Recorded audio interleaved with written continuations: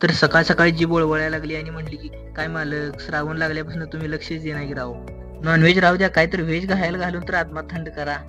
बात तो सही है. मग काय 80त 5 घालून गावात गेलो आणि फालुद्याचं सामान घेऊन आलो आणि पातेल्यात घरच्या म्हशीचं दूध आणि पाणी टाकून थोडं गरम करून घेतलं. मग गरम झाल्यावर फालुद्याचं पॅकिंग फोडलं आणि पातेल्यात इसकाटलं आणि 15-20 मिनिट व्यवस्थित शिजवून घेतलं.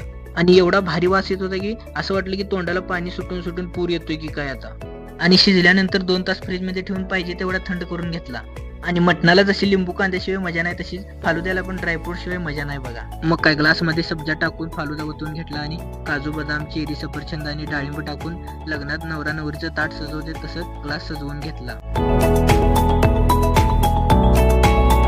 आणि लवकर लग्न करतील ह्या आशेने पप्पांना पण फालुदा खायला दिला आणि मी पण एका कोपऱ्यात बसून फालुदा खाऊन जिभेचा आत्मा थंड केला. आणि फालुदा तुमच्यासारखा गोड, एक नंबर आणि परफेक्ट झालता बघा.